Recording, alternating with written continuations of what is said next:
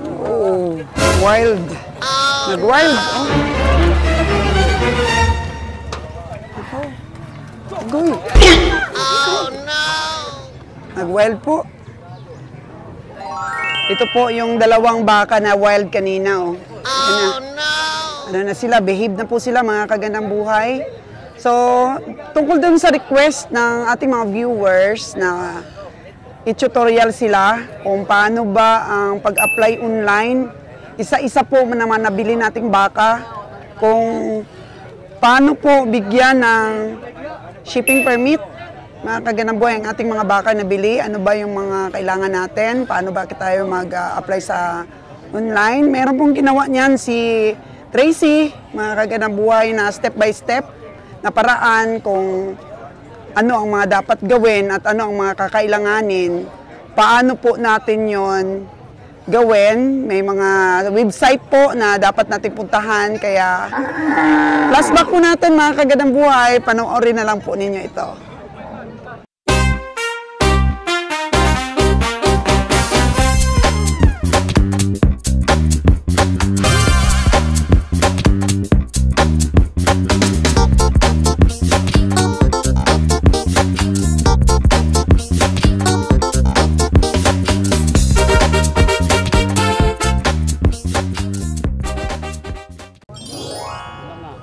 So, before po ninyo panoorin ang tutorial ni Tracy po, mga kagandang buhay, meron na pala ako nakalimutan.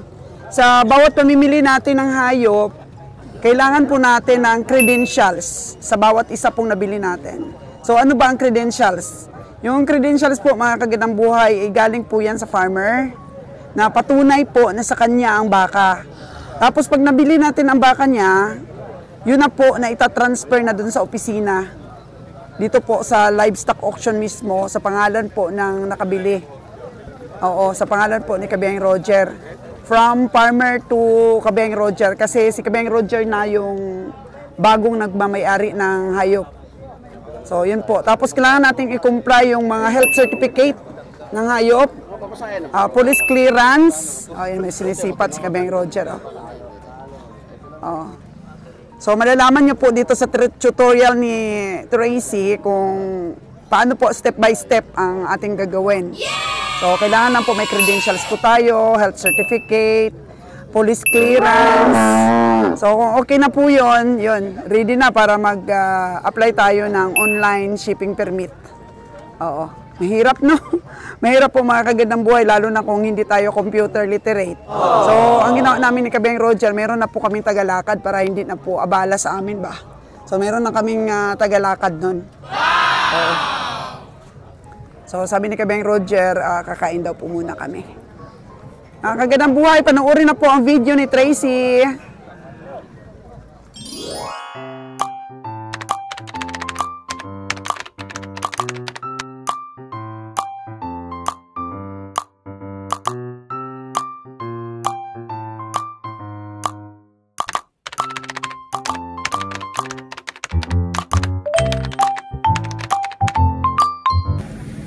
May nagpapot po sa atin ng mga katanungan kung ano pong mga requirements na kailangan para makapagbiyahe din po sila ng mga livestock, mga ganda. So, aking pong isa-isahin yan sa biyahe po ngayon. Samahan niyo po ako, mga ganda, para alamin ang mga requirements kung paano po tayo makapagpatawid ng mga baka natin o livestock natin sa Luzon.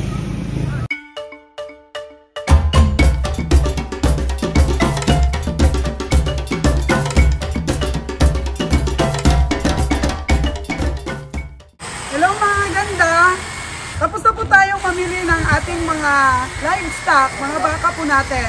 So, panahon na po para kumuha tayo ng travel permit, mga ganda. But before that, kailangan po muna natin i-disinfect ang ating sasakyan. Kasi kailangan natin i-video yan. Pagkatapos, ipapasa po natin doon sa kanila. Patunay po na na-disinfect na natin ang ating sasakyan. Isa po yan sa requirements para makakuha tayo ng travel permit. So, ikakarga na natin ang ating mga napamiling baka, mga ganda. Tara, samahan niyo po kami. Ayan po, binababa nila yung mga ugabhang o mga rice hull. Kasi kailangan po yan mga ganda kung magkakarga tayo ng baka para po ma-minimize po yung baho. Ma-minimize po yung baho habang nagbebiyahe at sumasakay ng barko. Ayan. Ayan po yan ang gamit na rice hull. Para pag tumai po sila, hindi po babaho masyado. Ayan. So ready na ang team para iakyat ang ating mga napamili.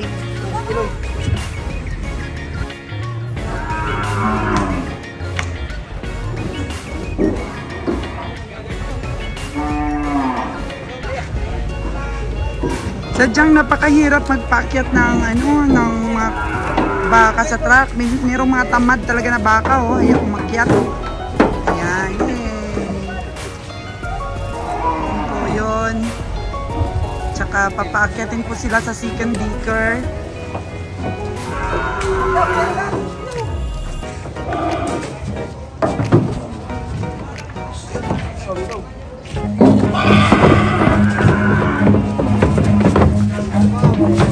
Run.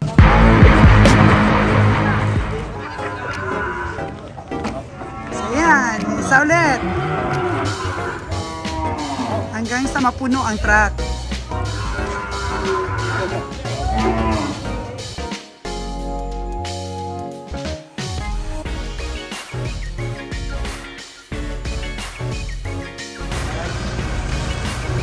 Hello mga ganda. So, ang isang requirements para po makakuha tayo ng travel permit para sa ating mga nabiling hayop ay kukuha po tayo ng police clearance dito sa Sibalom Police Station, mga ganda. So meron po ako dito mga credentials ng isa-isa.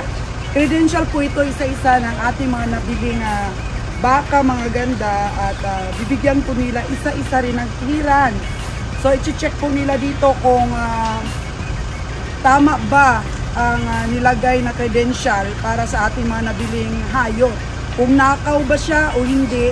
So bibigyan po tayo ng clearance ng Sibalom Police Station para po sa ating mga baka na itatravel sa Manila or sa Luzon, mga ganda, Batangas. So tara mga ganda, samahan niyo ako sa loob. So ayan na po mga ganda, from all the credentials ng bawat isang hayop na nabili natin, nabigyan na po tayo ng permit to transport, mga ganda, galing sa police station ng Sibalom Antique, ng atin pong nabiling mga hayop ay hindi po nakaw. So ayan po naka-indicate kung ano pong kulay niya, ilan pong edad niya, ayan, yung place of origin niya, mga ganda. So kahit yung owner number, ayan. Ayan. So next naman, pupunta na po tayo sa DA, mga ganda, para kumuha po tayo ng health certificate. Ayan po, dito po tayo sa provincial capital ng Sibalom Antique para mabayad po ng inspection fee of the following animals. 32 heads of cattle. Ayan po yung amount. Complete na po yung requirements nating nakuha para magkaroon po tayo or ma-issuean po tayo ng shipping permit. Ayan, ito po yung nakuha nating permit doon sa police station ng Municipality of Sibalom, kung saan patunay po ng ating mga bakal na bili ay hindi po mga nakaw. And then nilagay po natin ito, binigay natin sa Department of Agriculture ng Municipality of Antique para mabigyan po tayo ng veterinary health permit together with the video natin, mga ganda, na disinfect natin yung ating sasakyan. And then after this, kailangan pa rin natin ng permit sa provincial po, mga ganda, for the provincial director. Ayan, sa kampo po naman ito. Ayan, permit ulit para sa transport, mga ganda. And then after this, na makomply natin itong tatlo, online po ang pagpasa nito para ma-approve po nila na mabigyan po tayo ng, ito na po mga ganda. Kung na-comply na natin ito, tatlong requirements, ay shipping permit na po ito, mga ganda. So ready na po. Ready na po ito, mga ganda. Kompleto na po ang requirements para makabiyahe po ng matiwasay ang ating mga baka. This is a guide kung paano kayo makakakuha ng shipping permit through the NVQSD Secure Access System. Type nyo lang po sa kahit anong search engine ang nvqsd.bai.gov.ph. Click enter at dadalhin kayo nito sa official site ng NVQSD. Kung hindi pa kayo registered, click sign up. Pero kung registered na po kayo, enter your account name and your password and click login. This is the local shipping permit issuance system of NVQSD. To make the permit, punta po tayo sa Application tab, click the drop-down arrow, then click One-Time Shipping Permit. Ito na po ang application entry natin. Sa shipment details, sa category, click lang po ang drop-down arrow, either live, meat, dairy, etc. Pero sa case po natin ngayon, click po natin ang live. Sa purpose naman po, merong commercial, for breeding, for slaughter, and marami pa pong iba. Pero sa case nga po natin ngayon, click for slaughter. For the product source, click local. Para naman po sa origin, kung saan ang galing ang livestock, in the region section, for this case, kung galing ka po sa Sibalom, Antique, it will be Region 6, Province of Antique, Municipality of Sibalom, Barangay District 2. For the sender, type lang po ang inyong pangalan and contact number. For the destination, kung saan papunta ang livestock, same instructions applied. For this instance, kung pupunta po kayo sa Batangas, it will be Region 4A, Province of Batangas, to whichever municipality and to whichever barangay kayo pupunta. For the receiver, type lang po ang pangalan and contact number ng inyong dadalhan. For the mode of transportation, ito po ay kung ano ang mga klase ng transportation ang gagamitin nyo throughout ng inyong shipment. If magta-travel po kayo through land, click nyo po ang checkbox. Sa katabi niyang drop-down arrow, piliin nyo po ang gamit nyong sasakyan. For this case, truck po ang gamit namin. Ang space naman po sa ilalim ay para sa plate number ng inyong sasakyan. If dadaan po kayo sa air or sa ere, same process lang po. Kung dadaan naman po kayo sa water, sa katabi niyang drop-down arrow, pwede niyong hanapin ang mode of transport nyo. For us, we use Roros. If na-fill up niyo na po lahat, click the Save or Next button. After that, the Add Shipping Item window will appear. For the item description, sa commodity based sa inyong karga, you can click either cattle, swine, buffalo, at iba pa. Pero sa atin pong case ngayon, click cattle. For the sub-commodity, if may lahi po ang cattle nyo, you can click it. Pero sa case po natin ngayon, click native. Type nyo lang po kung ilang cattle ang inyong dala sa quantity and HD/S naman po ang unit. For the age, kahit ang average lang po ng lahat ng cattle ang ilagay. Sa sex, click mixed, and for the age unit, years. Sa tag, click none if wala. After all that, goods na po na i-click ang next. Pero kung may iba ka pang commodity na dala, for example, swine, buffalo, chicken, etc., click save. Tapos, ulitin lang po ang pag-fill up until lahat po ng commodity ay na-submit. After that, i-exit nyo po muna ang lahat ng floating tabs. Then, i-click nyo ang icon na View Details. Then, go to Requirements. Then, click the Add Requirements icon. We need 5 requirements. Ang una po is the handler's license. Picturean nyo po ang HL nyo and then click this folder icon at hanapin ang picture ng document. Then, fill up nyo lang ang document number, date issued, valid until, and issued by na makikita lahat sa document. Then, click Save. Same lang rin ang process for the registration of transport courier. Usually, isang permit lang ang handler's license and registration of transport courier. Next naman po is for the veterinary health certificate. Upload lang po ang file, then fill up document number, date issued, and for the valid until, except sa handler's license and registration of transport courier documents, all other documents are valid for 3 days. Then, if unregistered ang nag-issue, click lang ang check bubble, then type in the person who issued it and ang kanyang PRC license number na pwede mong itanong sa office. For the PNP clearance showing certificate and ownership naman, Find the provincial version of the permit to transport large cattle document and upload it. Fill up the document number, date issued. This is also valid for 3 days and issued by. For the disinfection clearance, just upload the document once again and fill up all necessary detail. After you have saved everything, all 5 documents should be listed like this. Then, click lang ang checkbox next to the Add Requirements icon to select all the documents. Pagkatapos po, click lang ang orange button, Attach the selected documents. After it's attached, exit the tab and click the icon Submit the application.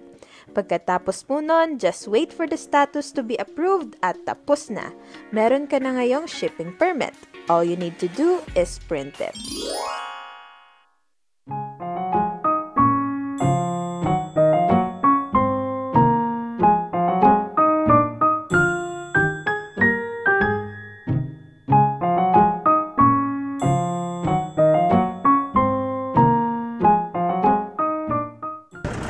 So, ayan po lahat mga kagandang buhay, ang ating proseso sa pag-inline.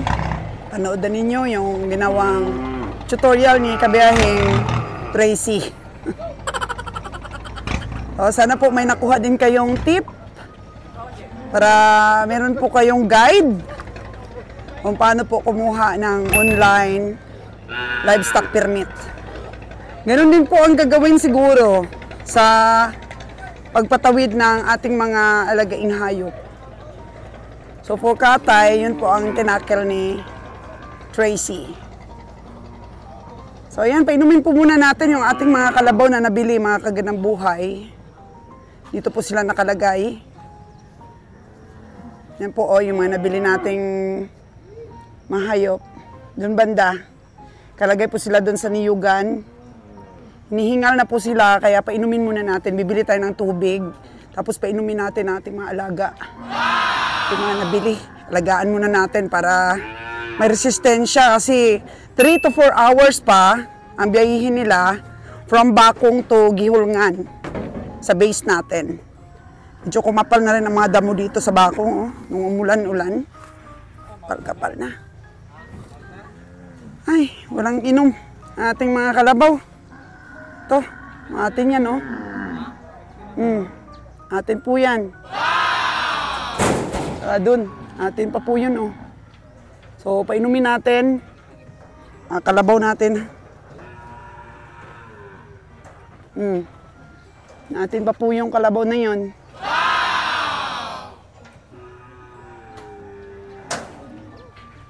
Ito po yung kargahan natin na truck. Kay Boss Ali po ito. So, babayad lang tayo ng 600 per head. Ganun rin naman, pag sarili nating sasakyan yung ating kargahan, malaki rin ang gas natin, nasa 4,000. Tapos minsan, wala pa tayong mabili dito sa Bakong. Kaya, halimbawa, makasampo tayo dito, 6,000. Parang ganun na rin. Pero yung mga tauhan natin, magagamit pa natin doon sa pangumpay, sa pag-alaga ng mga hayop doon sa ating base. Kaya, ano ba, tipid sa oras. So, nakikita nyo ba mga kagandang buhay itong mga baka dito banda, oh? Yun. Yan. Ayan po. Yun po ang binili ni Kiloy at saka ni Boss Alan. Mga malalaki po yung mga pinipili nila. Sila po bumibili at tirador po dito ng malalaking mga baka. Sa kanila po yan inaalok. Kasi ano na sila? Bihasa na sa pamimili ng malalaking baka. Sa atin po, laging sablay ang kilo. Kaya doon na tayo sa mga medium sizes. Pero ngayon, matataba na yung binibili natin. Ayaw na ni Kabeng Roger na bumili ng mga payatin. Kasi walang resistensya talaga sa biyahe. At hindi rin po napapainom ng tubig sa Katay kasi nga payat. Kaya di na moisture yung karne during po ng Katay. Maganda yung mataba, may panglaban po pag pinainom natin. Para ma-moisture po ang karne sa Katay.